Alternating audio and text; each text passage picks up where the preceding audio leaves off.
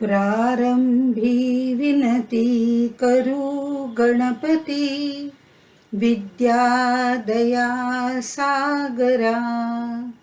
अज्ञानत्वहरो निशुद्धमती ते, आराध्य मोरेश्वरा. चिंता क्लेश दरिद्र दुःख अवघे, देशांतरा पाठवी.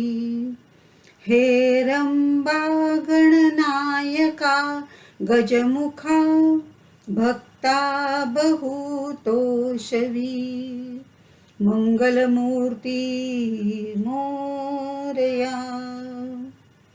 अलंकापुरी पुण्यभूमी पवित्र, तिथे नांदतो ज्ञानराजा सुपात्र.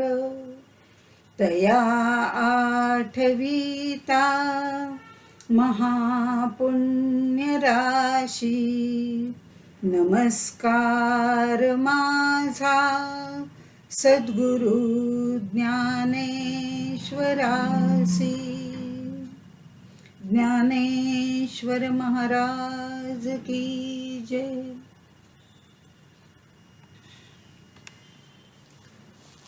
आदरणीय परमपूज्य नीलकंठ महाराज यांच्या जन्मशताब्दी वर्षानिमित्त श्री समर्थ सेवा ट्रस्ट भडगाव गडहिंग्लज यांनी आदरणीय पूज्य किसन महाराज यांच्या मार्गदर्शनाखाली आयोजित केलेल्या संत ग्रंथातील गणेश या व्याख्यानमालेमध्ये मला सेवा करण्याची संधी दिली, याबद्दल मी भडगाव मठाचे विश्वस्तांचे तसेच वृषालीताईंचे मनापासून आभार मानते आणि सर्व श्रोत्यांना वंदन करून मी माझ्या विषयाला प्रारंभ करते. वाचे बरवे कवित्व, कवित्वी बरवे रसिकत्व, रसिकत्वी परतत्व, स्पर्शू जैसा. ह्या गुणांनी युक्त अशी ज्याची भाषा सुशोभित झालेली आहे असा ग्रंथकार भगवद्गीतेवरची टीका करायला ज्ञानेश्वरांच्या रूपाने आपल्याला लाभलेला आहे. हा टीका ग्रंथ आहे. अद्भुत काव्य आणि अपूर्व भक्तिभाव यांचा सुंदर सुरेख संगम आपल्याला ज्ञानेश्वरीमध्ये पाहायला मिळतो. त्यामुळे शब्द, अर्थ, भाव, योग, ज्ञान या सर्व गोष्टींचा स्पर्श आपल्याला त्यांच्या ज्ञानेश्वरीमध्ये पाहायला मिळतो. ज्ञानेश्वरांचा, ज्ञानदेवांचा गणेश यावरती जेव्हा बोलायचं ठरवलं तेव्हा ज्ञानदेवांनी कुठे कुठे गणेश वंदना केलेली आहे हे पाहण्यासाठी त्यांचे ग्रंथ बघितले. त्यात अभंग बघितले, हरिपाठ बघितला, ज्ञानेश्वरी, अमृतानुभव आणि सांगदेव पासष्टी सगळे महत्त्वाचे ग्रंथ पाहिले. पण कुठेही निखळ गणेश वंदना, गणेश वर्णन, गणेश दर्शन काहीच दिसलं नाही. एक म्हणजे ज्ञानेश्वरी, ज्याला आपण भावार्थ दीपिका, हे खरं त्याचं मूळ नाव आहे, पण ज्ञानेश्वरी असं आपण म्हणतो, ती ज्ञानेश्वरी सोडून अन्य ठिकाणी फारसं ते वर्णन कुठे दिसलं नाही. मुळात काश्मीरी शैव तत्वज्ञान सांगणारे आणि अद्वय चिद्विलास प्रतिपादन करणारे ज्ञानदेव. ज्ञानेश्वरीमध्ये मात्र गणेशाचं अत्यंत रसाळ असं वर्णन ते करतात. हा ज्ञानदेवांचा गणेश, त्याची वंदना अतिशय रम्य आणि आनंददायी अशीच आहे. भगवद्गीता आणि ज्ञानेश्वरी या दोन्हीमध्ये ग्रंथांमध्ये मंगलाचरण ओम या शब्दाने सुरू झालेलं आहे. त्यामुळे परब्रह्म स्वरूप नमन त्याच्यामध्ये आहेच, पण ओम नमो जी आद्या हे नमस्कार स्वरूप सुद्धा वंदन आहे. म्हणजे 2 in 1 त्याच्यामध्ये त्यांनी केलेलं आहे. आज आपण म्हणतो की गौरी जेवून तृप्त झालेल्या आहेत सगळ्यांच्या घरच्या, आणि आपणही ज्ञानदेवांच्या ज्ञानयुक्त गणेश वंदनेनी तृप्त व्हायचं आहे. हे आपल्याला दोन्ही गोष्टीतनं 2 in 1 करायचंच आहे. हे ज्ञानाचं तृप्तपण आणि ते भोजनाचं तृप्तपण, हे दोन्ही आपल्याला साध्य करायचं आहे. त्यातलं एक तर साध्य झालं, पण आता दुसरंही साध्य करूया. इथे ओम नमो जी आद्या वेद प्रतिपाद्या जय जय स्वसंवेद्या आत्मरूपा. ओम नमो जी आद्या, ह्या आद्याला नमस्कार केलेला आहे. ज्याला आरंभ नाही त्याला आदी असं म्हटलं जातं. आपण सगळे आरंभ आणि अंत असलेल्या विश्वामध्ये राहतो. जेव्हा आपल्याला आपल्या दृष्टीने जर बघितलं तर काहीही माहिती नव्हतं, तेव्हाही ते होतं, आताही ते आहे, असं सदा असतची असे, असं ते परब्रह्म आहे. त्या निर्गुण निराकाराला नमन करून ज्ञानेश्वरीची सुरुवात त्यांनी केलेली आहे.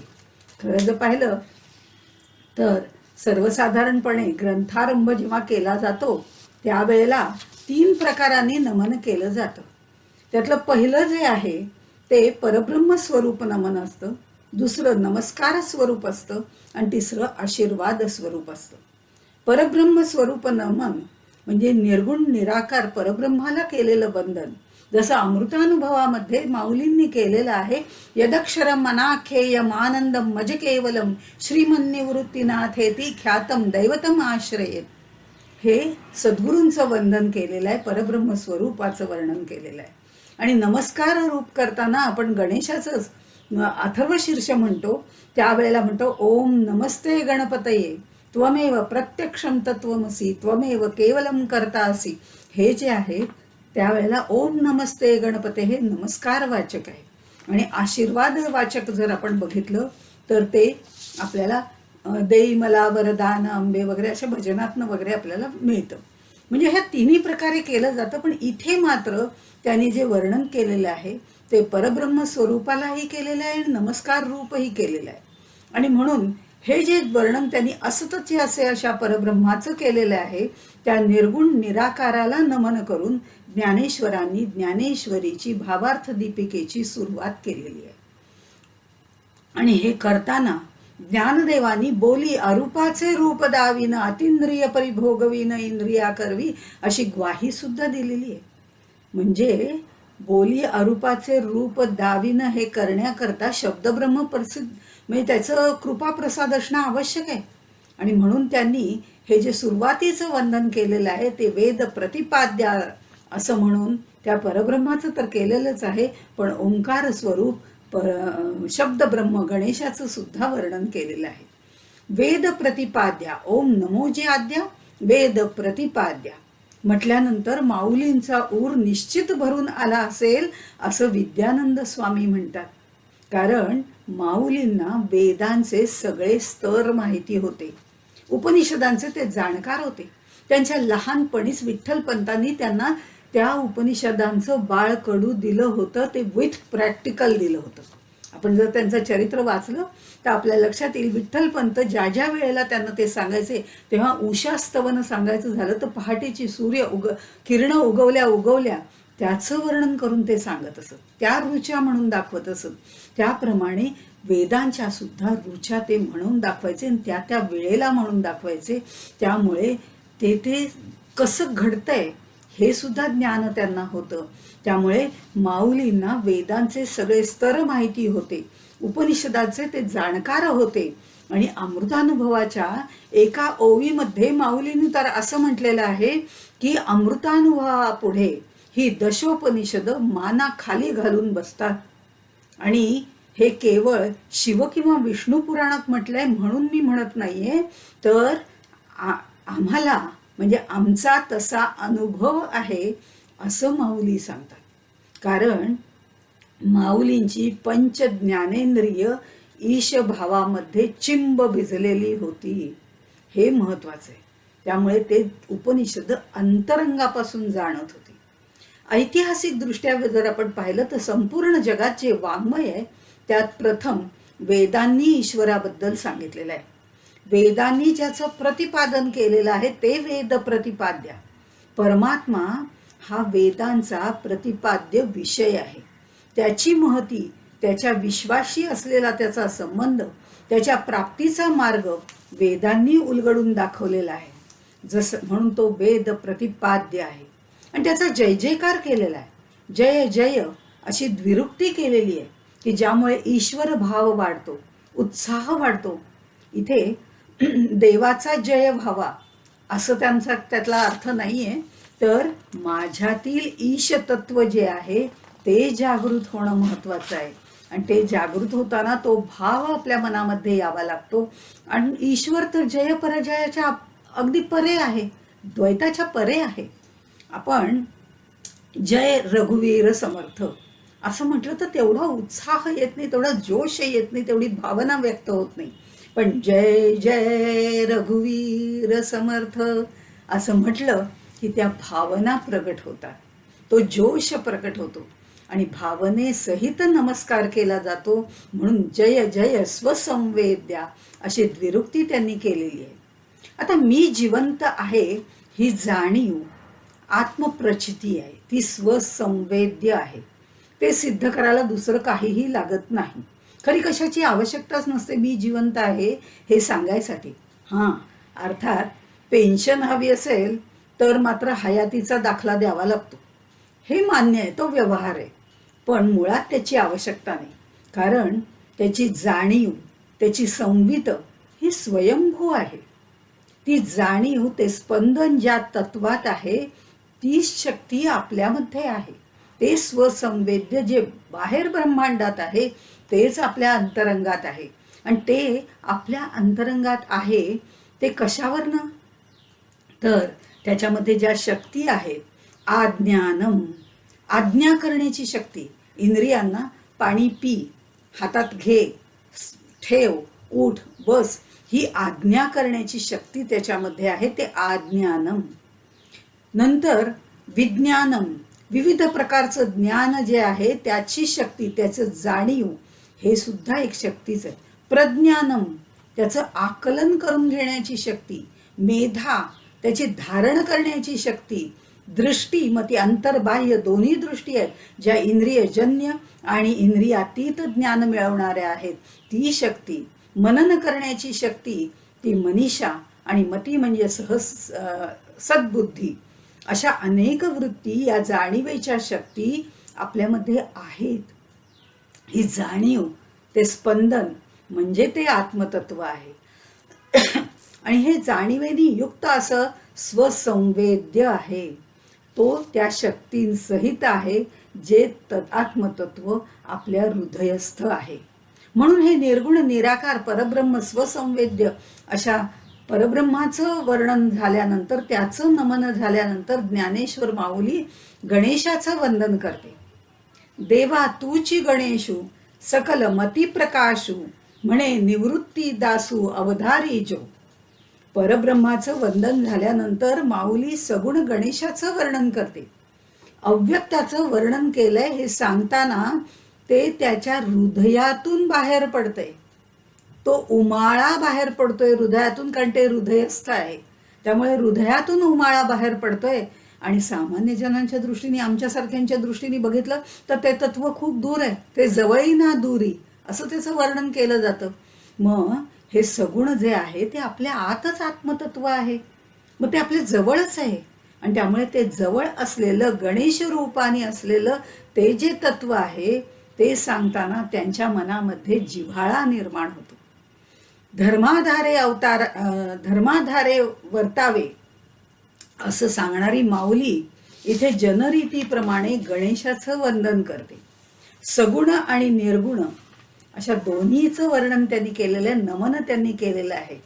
आता आपल्या जीवनामध्ये, आपल्या विश्वामध्ये सुद्धा सगुण आणि निर्गुण असे दोन भाग आहेतच.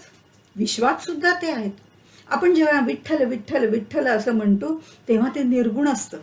पण पांडुरंग म्हटलं की लगेच सगुणात येतं, कारण पांडुरंग कांती दिव्य ज्योती झळकती असं आपण म्हणतो, म्हणजे त्याचं रूपाचं वर्णन येतं. तसं आद्या वेद प्रतिपाद्या असं जर म्हटलं तर निर्गुण वाटतं.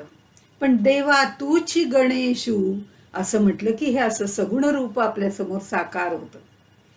महत्वाचं कारण हे आहे, हे सांगण्यामागचं, की वैश्विक चैतन्याची जी किरणं वरून खाली येत असतात आणि प्राकृतिक चैतन्याची किरणं खालून वर जात असतात, ही दोन्ही किरणं जिथे एकत्र मिळतात त्याला हिरण्यगर्भ म्हणतात, असं विद्यानंद स्वामींनी आपल्यासाठी अगदी सोपी अशी हिरण्यगर्भाची व्याख्या करून दिलेली आहे. आणि ह्या हिरण्यगर्भ जिथे म्हणतो ना आपण, दोन्ही खालून वर आणि वरून खाली येणारी जी वैश्विक आणि प्राकृतिक किरणं जिथं एकमेकांना भेटतात तो हिरण्यगर्भ आणि त्याची देवता गणेश आहे. हे महत्वाचं आहे. आता हे वरून खाली येणारी किरण, वरून खालून वर जाणारी किरणं, तर मी नेहमी एक उदाहरण बायकांसाठी देते विशेषतः.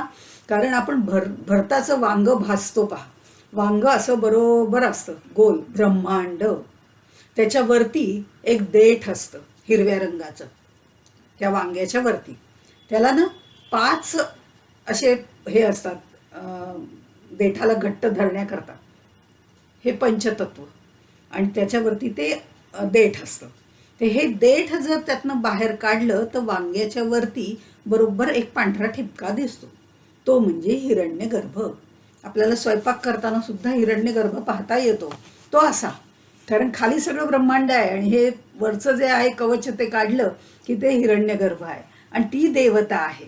आणि मग हे सांगण्यामागचा विचार वेगळा आहे. मी आहे ही जाणीव मन बुद्धी प्राण या देहाधिष्ठित आहे. हे कार्य करणारी जी शक्ती आहे ती चैतन्य शक्ती आहे. देह जड आहे आणि चैतन्य शक्तीचं हे कार्य जे आहे ते जड देहामुळे चैतन्य शक्ती व्यक्त करू शकते. जड देह आणि चैतन्य शक्तीमुळे तो कार्यरत होतो. देह सगुण आहे, हा गणेशू सगुण आहे, प्रकृती आहे. आणि चैतन्य शक्ती निर्गुण आहे, तो निर्गुण म्हणजे ओंकार स्वरूप निर्गुण महागणपती आहे.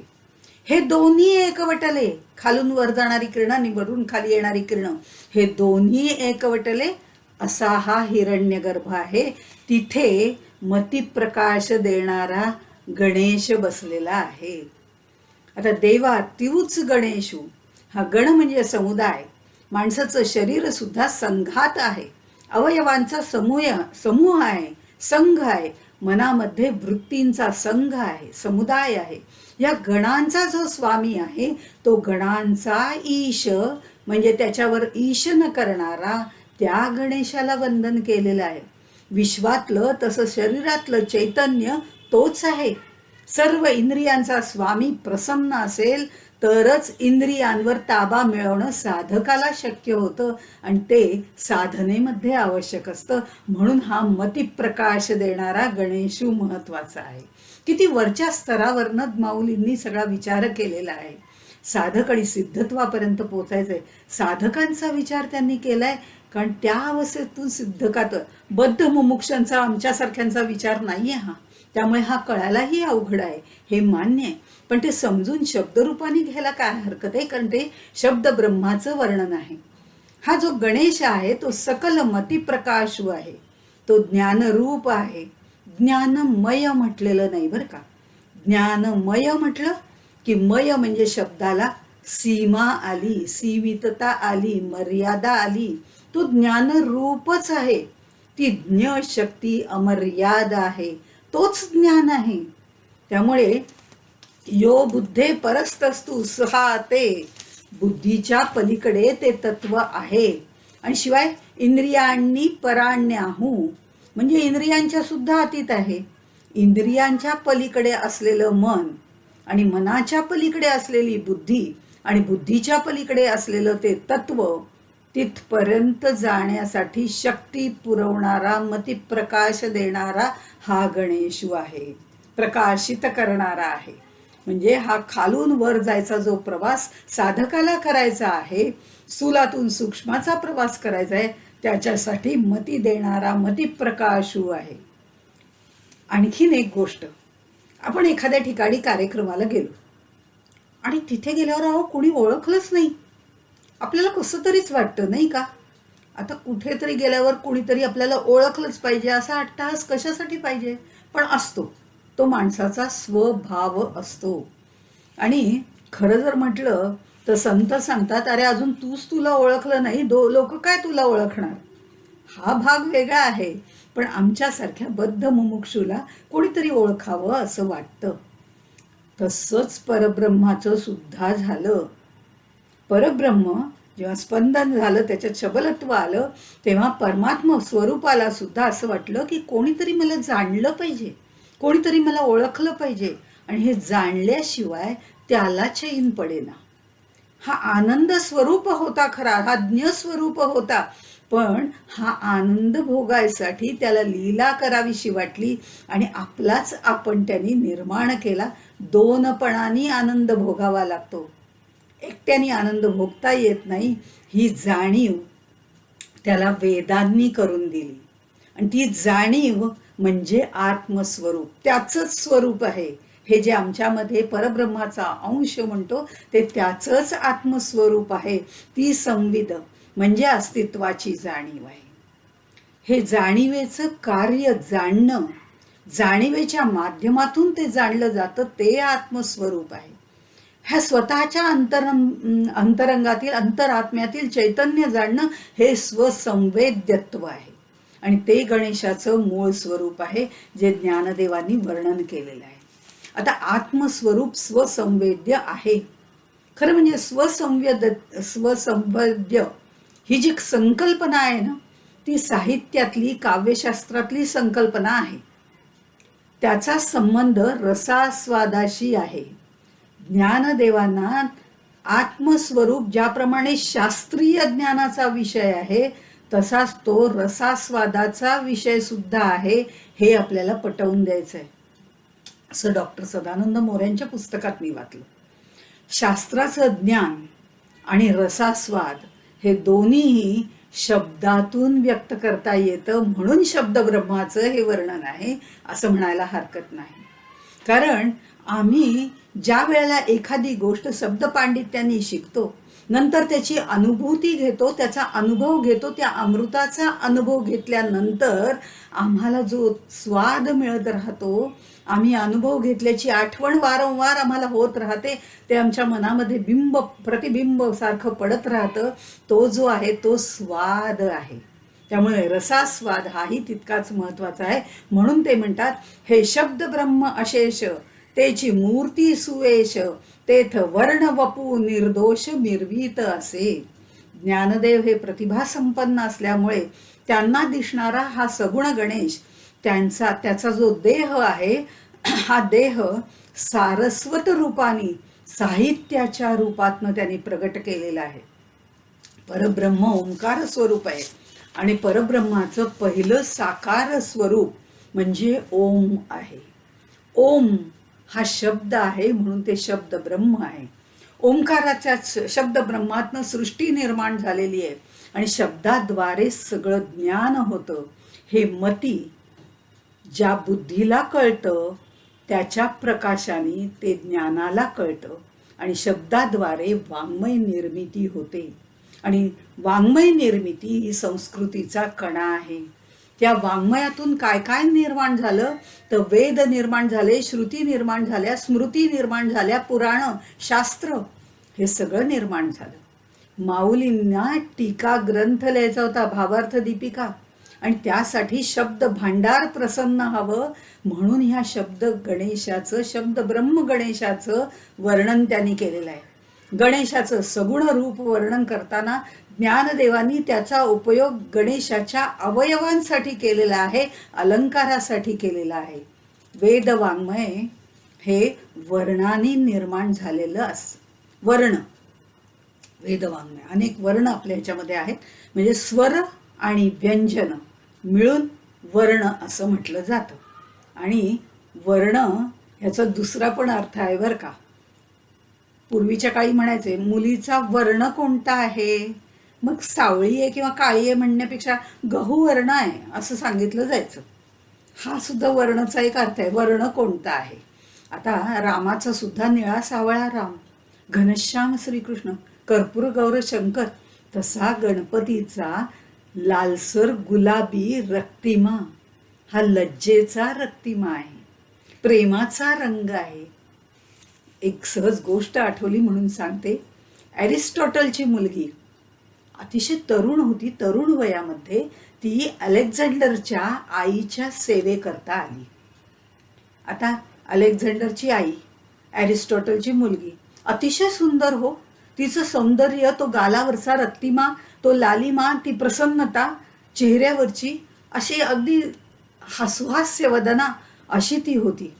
आणि त्यामुळे ती अलेक्झांडरची आई तिच्यावरती अगदी प्रसन्न झालेली होती. तिला ती मुलगी खूप आवडायची. आणि हे सगळं असताना तिला एकदा तिने विचारलं की अगं तू कोणतं सौंदर्य प्रसाधन वापरतेस की तू एवढी सुंदर दिसतेस.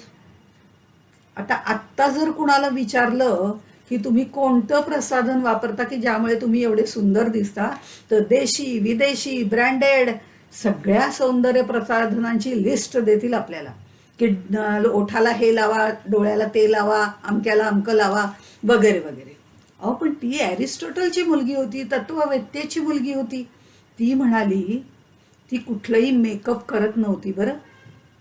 तर ती म्हणाली, तरुणपणी लज्जेचा जो रक्तिमा गालावर येतो तोच खरं म्हणजे प्रसाधन आहे आणि तेच मी वापरते. वाणी ओजस्वी, डोळे तेजस्वी आणि विद्येचं ब्रह्मवर्चस हेच तर खरी सौंदर्याची प्रसाधनं आहेत. या गणपतीचा गुलाबी लालसर रंग हा लज्जेचा रक्तिमा आहे, प्रेमाचा रंग आहे.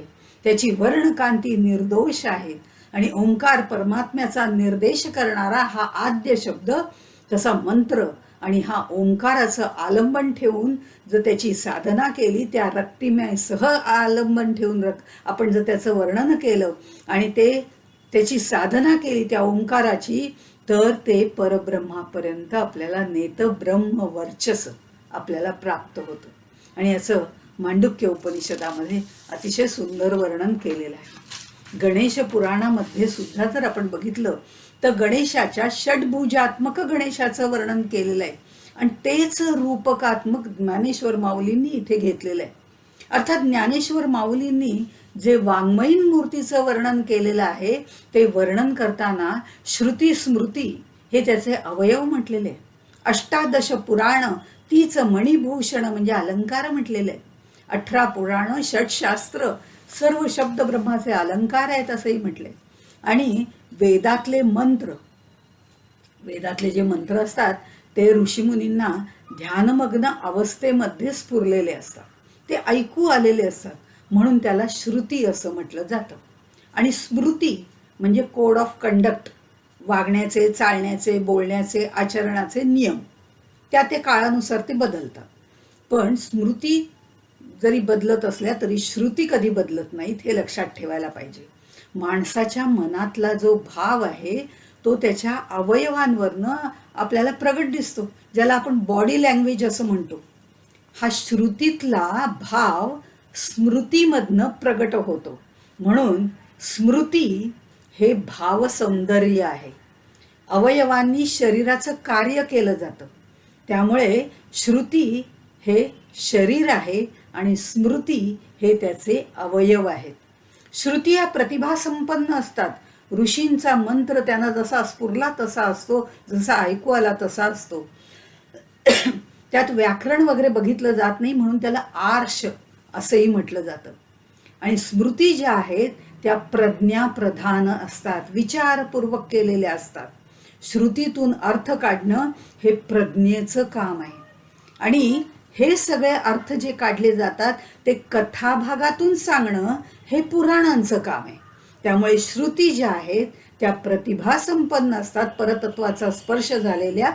स्मृती ज्या असतात त्या प्रज्ञाप्रधान असतात. पुराणं जी असतात ती कथाप्रधान असतात. दर्शनं तर्कप्रधान असतात. काव्य नाटक रसप्रधान असतं. आणि ही सगळी 18 पुराणं त्या गणपतीच्या अंगावरचे अलंकार आहेत. म्हणून सर्व पुराण कथा निरर्थक नसून त्याच्यात गर्भित अर्थ असतो, प्रमेय असतं. म्हणून कथा सांगताना अर्थ प्रमेय उलगडून दाखवावी लागतात. अलंकारामधली ती सगळी रत्न आहेत असं त्यांनी सांगितले, ते रत्नाचा प्रकाश पडत असतो. हे काव्य नाट्य हे रसमय असतं. या त्याच्या पायातल्या तोरड्या आहेत.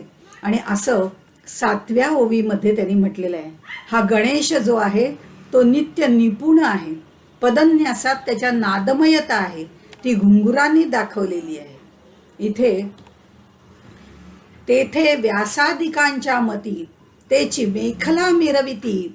ह्या कमरेला ज्या मेखला आहेत ना, त्या 2 पाय आणि पोट याच्यामध्ये ती मेखला अशी घट्ट बांधलेली असते. आपण नाही का म्हणतो कंबर कसून कामाला लागलोय, म्हणजे हे कंबर घट्ट बांधली जाते, ती मेखलेनी बांधली जाते. कारण पायांमध्ये गती आहे आणि हे शब्द ब्रह्म आहे. अकार चरण युगुल म्हटलेलं आहे. त्यामुळे याच्यामध्ये अकार चरण युगुल, चरण युगुल म्हणजे 2 आले, युगल म्हणजे 2. आणि हे जग जे आहे ते द्वैतानी बनलेलं आहे. हे जे आहे हे चरण युगुल जे आहे ते द्वैताचे आहेत.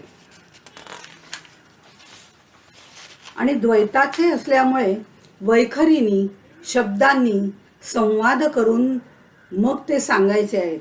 जग द्वैताचे आहे, वैखरीनी शब्दांनी संवाद करणारं आहे, पण अर्थ महत्वाचा आहे. आणि हे जे अर्थ महत्वाचा आहे असं म्हटलं जातं, त्याच्यामध्ये बघा आता 2 गोष्टी येतात. एक दृश्य अदृश्य, स्थूल सूक्ष्म, शब्द अर्थ. म्हणजे गणपतीच्या पोटामध्ये त्याचा अर्थ सामावलेला आहे आणि शब्दांची गती आहे ती ह्या पायामध्ये आहे. त्यामुळे पोटातला अर्थ आणि शब्दांची गती हे दोन्हीवरती कमरेला कसून त्याने जो शेला बांधलाय दोन्हीवरती तो नियंत्रण ठेवतोय. असा हे प्रत्येक दृश्य अदृश्य स्थूल सूक्ष्म शब्द अर्थ यांच्या मध्ये कंबर आहे जी शेल्याने बांधलेली आहे.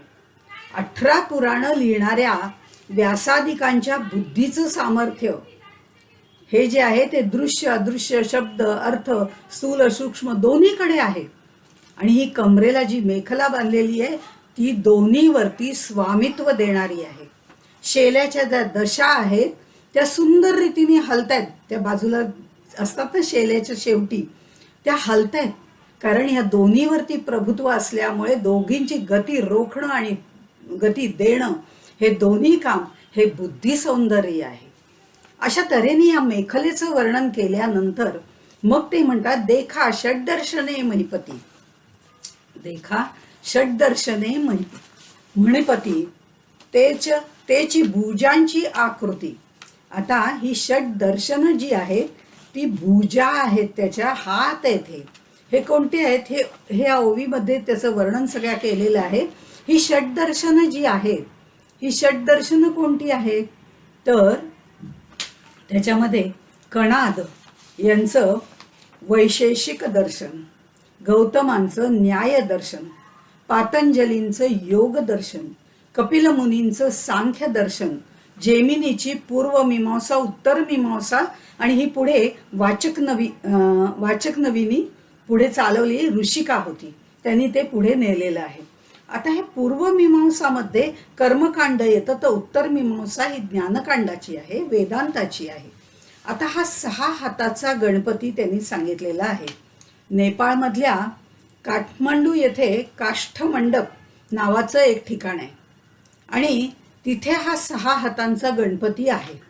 वेदांच्या षडांगामुळे 6 हातांच्या गणपतीची कल्पना ज्ञानदेवांना सुचली असावी आणि त्यानुसार त्यांनी आयुधांची मांडणी पण सांगितलेली आहे. कारण तर्कतोची परशु असं म्हटलेलं आहे. 6 वेदांग आपण बघितली ते 6 हात त्याचे आहेत आणि त्याच्यात जे आयुध जी घेतलेली आहेत त्यातला पहिला हात जो आहे तर्कतोची फरशु नीतिभेद अंकुशु वेदांत तो महारसू मोदकू जी मिरवे. आता पहिला हात जो आहे तो म्हणजे तर्कशास्त्राचा आहे, न्याय. त्या हातात फरशू म्हणजे कुऱ्हाड आहे, कारण योग्य काय ते घ्यायचं आणि अयोग्य आहे ते टाकून द्यायचं, नको आहे ते काढून टाकायचं, ह्या तर्कशास्त्राचं ते विश्लेषण आहे.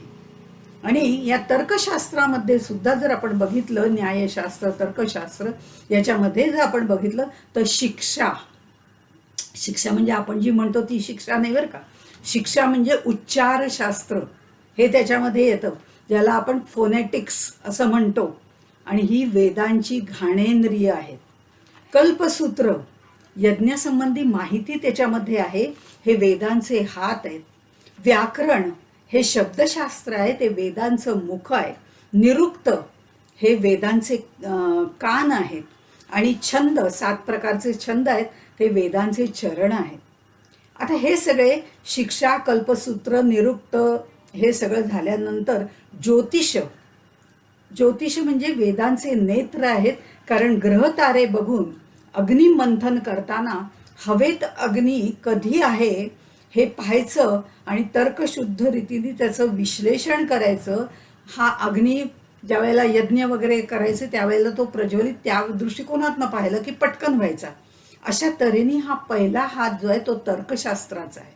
दुसरा हात जो आहे तो नीतिभेद किंवा वैशेषिक दर्शन ज्याला आपण म्हणतो त्याचा आहे. आणि त्या हातामध्ये त्याच्यामध्ये राजनीतीशास्त्र येतं. त्या हातामध्ये त्यांनी अंकुश घेतलेला आहे. राजनीतीवरती अंकुश ठेवावाच लागतो. पूर्वीच्या काळी जर आपण विचार केला तर राजा राज्य करत असे, पण त्याच्यावर अंकुश ठेवायचं काम ऋषीमुनी करत असत. त्यामुळे राजनीतीवरती अंकुश असणं ब्रह्मसत्तेचा अंकुश ज्याला म्हटलं जातं आणि क्षात्र तेज तिथे प्रज्वलित व्हायचं. राजा हा क्षात्र तेजाचं प्रतीक आहे, तर ऋषी हे ब्रह्मतेजाचं प्रतीक आहे. आणि ज्या वेळेला राजसत्तेवरती ऋषींचा अंकुश असायचा त्यावेळेला ब्राह्मतेज आणि क्षात्र तेज एकत्र येऊन जेव्हा राज्य केलं जातं तेव्हा समाजाचा उत्कर्ष होत असतो. असो, तर राजनीतीवरती अंकुश ठेवावाच लागतो. तिसरा हात जो आहे तो वेदांत शास्त्राचा आहे, म्हणजे उत्तर मीमांसा. आणि त्या हातामध्ये मोदक आहे. हा मोदक आनंद देणारा आहे, पण इथे जर विचार केला तर तो ब्रह्मानंद देणारा आहे. कारण वेदांताचा ज्ञानप्राप्ती हा उद्देश आहे, जो माऊलींना आपल्याला इथे सांगावासा वाटतो. कारण अदरवाईज आपण त्या मोदकाचं वर्णन करतोच ना. पुराणांच्या दृष्टिकोनातनं म्हटलं तर मोद हा आनंद आहे, मोद प्रमोद वगैरे असं त्याचं वर्णन केलं जातं. नारळ आणि गूळ, नारळाची स्निग्धता असं वर्णन आपण नॉर्मल कोर्समध्ये जे करतो ते पुराणांतर्गत येतं. कारण पुराणांमध्ये कथा असतात, त्या दृष्टीने त्याचा अर्थ लावला जातो.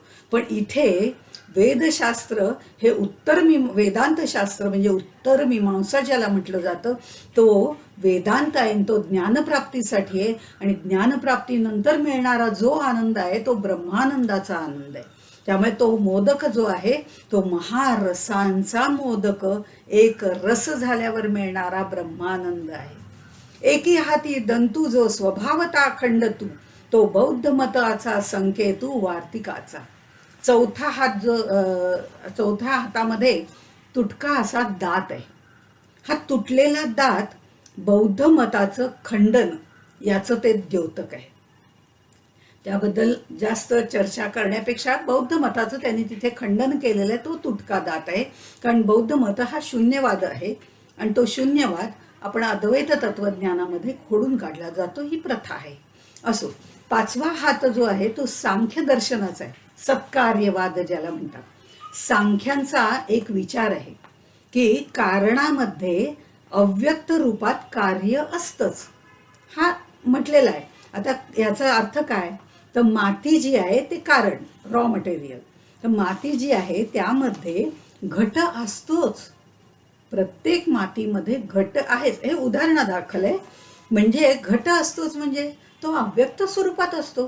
त्याला फक्त क्रिया केली आणि त्याचं कार्यामध्ये रूपांतर झालं की आम्हाला तो घट दिसतो. म्हणजे अव्यक्त रूपात तो असतोच ना कारणामध्ये.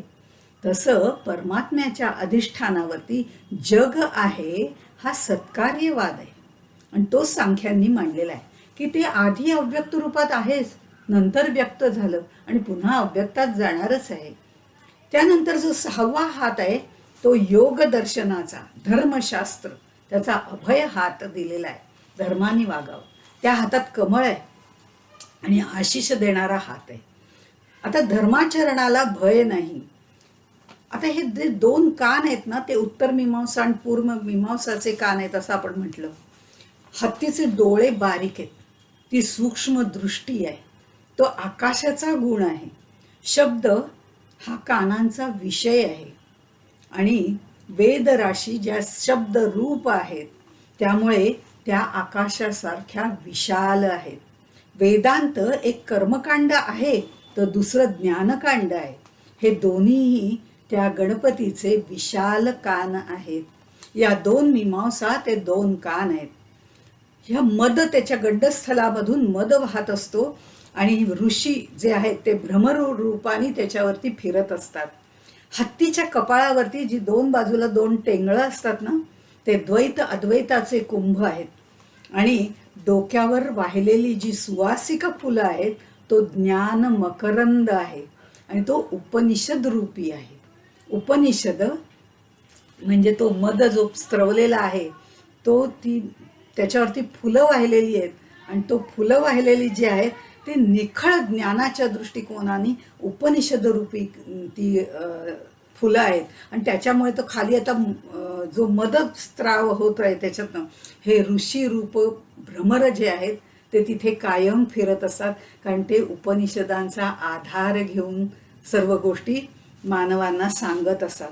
अशा तऱ्हेने हे वर्णन जे आहे, जे रूपक केलेलं आहे गणेशाचं, सगुण वर्णन करताना सुद्धा ज्ञानदेवच ते हो, ज्ञानाच्याच पातळीवरून सांगतात आणि त्याचं निखळ वर्णन करतात. त्यामुळे अशा तऱ्हेचं रूपक संतांच्या वाङ्मयामध्ये फार विरळा पाहायला मिळतं. पुढे ते असं म्हणतात, अकार चरण युगुल, उकार उदर विशाल, मकार महामंडळ मस्तकाकारे. प्रसिद्ध लिपीशास्त्रज्ञ L.S. वाकणकर याने प्राचीन ब्राह्मी लिपी कशी होती ती सांगितली.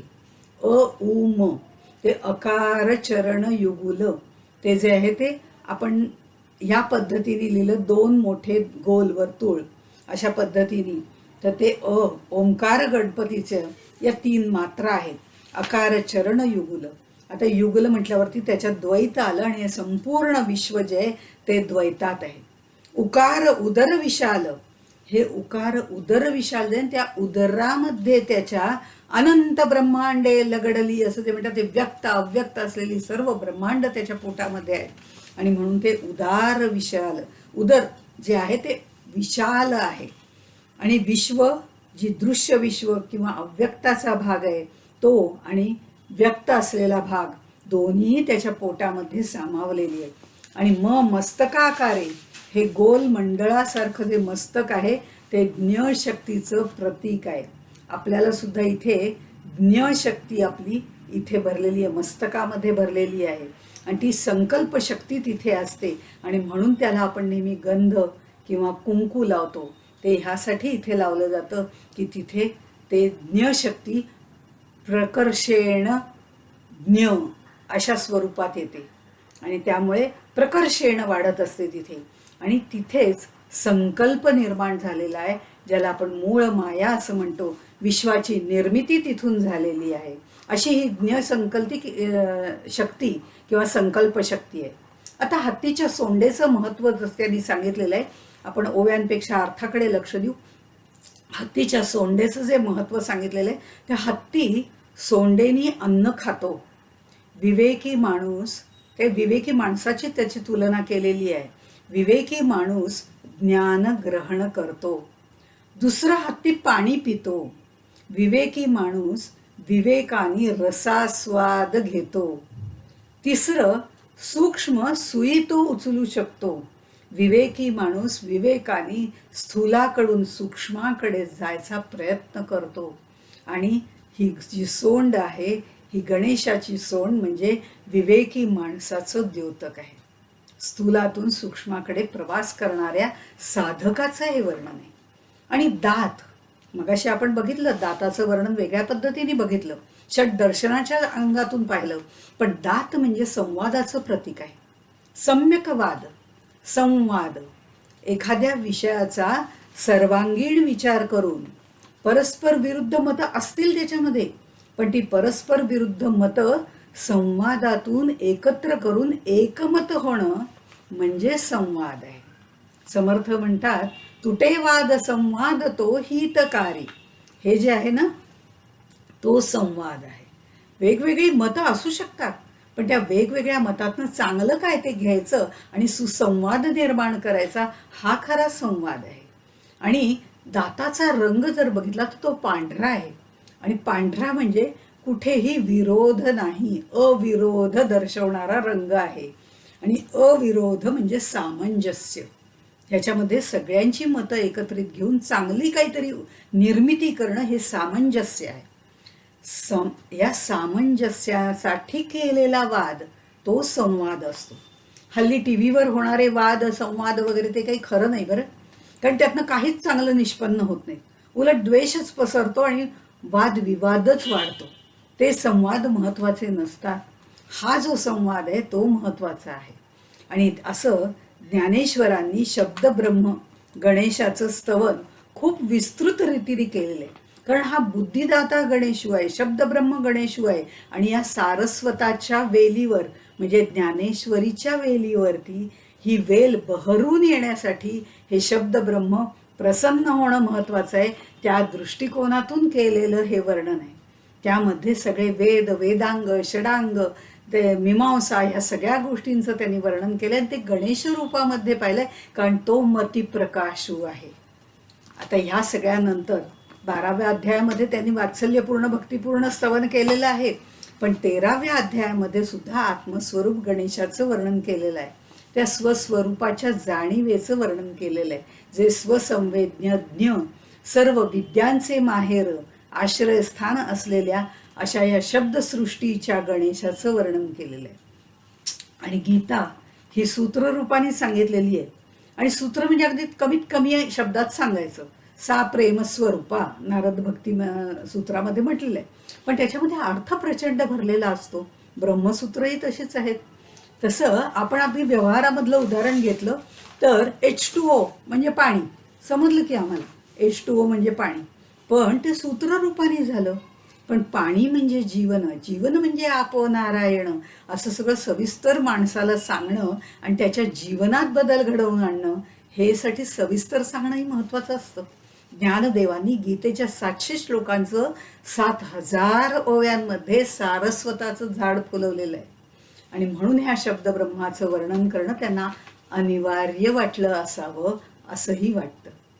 नंतर शेवटी 17व्या अध्यायामध्ये तया नमो जीव गणेंद्रा सद्गुरु तुझं म्हणजे इथे सद्गुरूला त्यांनी गणेश रूपात गणेंद्र म्हणून वर्णन केलेलं आहे. गण म्हणजे इंद्रिय, हे आपण मगाशीही पाहिलं. पण आता जे म्हणायचंय ते वेगळं आहे. प्रकृती, महत्त्व, अहंकार, पंच ज्ञानेंद्रिय, पंचकर्मेंद्रिय, मन, पंचभूत, पंचतन्मात्रा या 24 तत्वांचा जीव. हे जे 24 तत्व आहे या सर्वांवरती ईशन करणारा, स्वामित्व गाजवणारा असा हा गणेश सद्गुरु स्वरूपात त्यांनी पाहिलेला आहे. आणि त्यामुळे त्यांनी त्याचं वर्णन असं केलंय की सद्गुरु स्वरूप हा जो गणेश आहे त्याला जाणून घेणं अत्यंत अवघड आहे. आणि ते बद्ध मुमुक्षूला जमणारं नाहीये, कारण त्यांच्याकडे अहमचं अज्ञान असतं. मी म्हणजे देह ही भावना असते. आणि त्यामुळे अज्ञानापासून जे निर्माण झालेली लोक आहेत, अज्ञानी लोक आहेत, त्यांच्यापासून तू तुझं तोंड फिरवून घेतोस आणि ज्ञानी लोकांकडे वळवतोस. म्हणून तू अज्ञानी लोकांकडून तोंड फिरवून घेणारा वक्रांतुंडयती इति वक्रतुंडः असं त्यांनी त्याचं वर्णन केलेलं आहे. याच तुझ्या सूक्ष्म दिव्य दृष्टीला ही जी दृष्टी आहे ती नुसती उघडझाप करते आणि उत्पत्ती प्रलय होत राहतो. तुझे सुपासारखे कान प्रवृत्ती निवृत्तीचं दर्शन देतात. अशा तऱ्हेने त्याचं वर्णन त्यांनी 17व्या अध्यायात पण केलेलं आहे. आणि त्यामध्ये त्रिपुरासुराची गोष्ट त्यांनी सांगितलेली आहे. आपण कालही ती ऐकलेली आहे. खरं म्हणजे अगदी पूर्ण व्यवस्थित रित्या ती ऐकलेली आहे, त्याचा मतितार्थही ऐकलेला आहे. पण त्रिपुरासुराचा वध करण्यापूर्वी शिवशंकरांनी गणेशाला वंदन केलं नव्हतं, म्हणून त्यांना यश मिळत नव्हतं. ते त्रिपुरासुराचं जे ताम्र रजत सुवर्ण अशी जी 3 पुरांनी युक्त ती वेगाने फिरणारी जी गृह आहेत त्याच्या मध्ये तो त्रिपुरासुर राहत होता. आणि त्या तिन्ही याला एकत्ररित्या छेद देणारा असा बाण त्यांना आवश्यक होता. पण त्यांचं काही समाधान होई नाही आणि त्याला काही यश प्राप्त होई नाही महादेवांना. आणि त्यावेळेला नारद तिथे आले आणि त्यांना म्हणाले की तुम्ही गणेशाचं वंदन केलं नाही. पुराण कथा सांगताना फरक थोडा थोडा कसा असतो बघा. पुराण कथा सांगताना आम्ही म्हणतो की त्यांना असं वाटलं माझाच तर पुत्र आहे, त्याला काय वंदन करायचं. पण त्यांना त्यातनं पुराण कथेतनं शुगर कोटेड पिल असतात त्यामुळे वरनं छान असं आवरण केलेलं असतं कथेचं आणि त्यातनं मतितार्थ पुराणांमध्ये सांगितलेला असतो. त्यामुळे त्यांनी असं त्यातनं आपल्याला सुचवलंय की ज्ञानी हा लहान असो किंवा मोठा असतो, तो वंदनीयच असतो. म्हणून गणेशाचं वंदन करायला पाहिजे, कारण तो विघ्नहर्ता आहे. ही पुराण कथा झाली. पण इथे सांगताना ज्ञानदेव ज्ञानाच्या पातळीवरनं बोलतायत. या स्वरूपाने त्या गणेशाचं वर्णन केलेलं आहे. त्यावेळेला ते गणेश पूजा केली नाही म्हणून शंकराला यश आलं नाही असं त्यांनी म्हटलं. तर तेव्हा त्यांनी म्हटले, आपला हा आत्मा सुद्धा सत्वरजतम या त्रिगुणांनी त्रिपुरांनी वेढलेला आहे. जीवरूपी दुर्गामध्ये अडकलेला आहे, जीवत्व रूपी दुर्गात अडकलेला आहे. आणि ह्याच्यामधनं आता आधी पहिल्यांदा गणेशाला वंदन करून त्या विघ्नहर्त्याला वंदन करायला पाहिजे. हा गौरीपुत्र गणेश किंवा शिवपुत्र गणेश नाही, तर हा महागणपती आहे, जो ओंकार स्वरूप परब्रह्म आहे, जो सद्गुरु स्वरूप आहे. परब्रह्म आणि सद्गुरु यांच्यामध्ये काडीचाही भेद नाही. तत्वरूपाने ते परब्रह्म स्वरूप आहेत आणि आमच्यासाठी त्यांनी शबलत्व घेतलंय. अवतरती इति अवतारा, अवतार घेतलेला आहे. असे हे निवृत्तीनाथ ते या जीवाची या त्रिपुरातून सुटका करतील. आणि असा हा त्रिपुर गणेश, त्रिपुराला मारणारा, त्रिपुरासुराला मारणारा हा सद्गुरु गणेश, हा गणेंद्र असं त्याला जे म्हटलंय, ते गणेंद्र दुसरे तिसरे कोणी नाही, माझे सद्गुरूच आहेत. आणि तेच आम्हाला जीवाकडून शिवाकडे नेणारे आहेत. आणि त्या शिवापर्यंत नेणारे हे गुणातीत झाल्यानंतर हे महत्वाचं आहे. म्हणून त्रिगुणांना दूर सारून जीवाला शिवापर्यंत नेणारे असे हे सद्गुरू आहेत. अशा तऱ्हेने त्याचं वर्णन केलेलं आहे. इथे सुद्धा त्यांनी ते ज्ञानाच्या पातळीवरून सांगितलेलं आहे, पुराण कथांच्या पातळीवरून सांगितलेलं नाही. कारण ते ज्ञानदेवच आहेत. परतत्वाचा स्पर्श झालेले आणि कवित्वाचा आणि रसिकत्वाचा आनंदोल्हास ज्यांच्यामध्ये आहे, त्यांनी ज्ञानेश्वरीमध्ये जे गणेश वंदन केलेलं आहे ते आपण पाहिलं. ते माऊलींच्या स्तरावर म्हणजे ज्ञानाच्या पातळीवर जाऊन सांगणं माझ्यासारख्या बद्ध मुमुक्षुकला अजिबात शक्य नाही, अशक्य प्रायच आहे. पण जे काही शब्द रूपाने माझ्या सद्गुरूंच्या कृपेमुळे मला कळलं आणि आकलन झालं, तेवढं सद्गुरु कृपेने तुमच्या समोर मांडण्याचा मी प्रयत्न केला. तो तुम्ही गोड मानून घ्याल यात शंका नाही.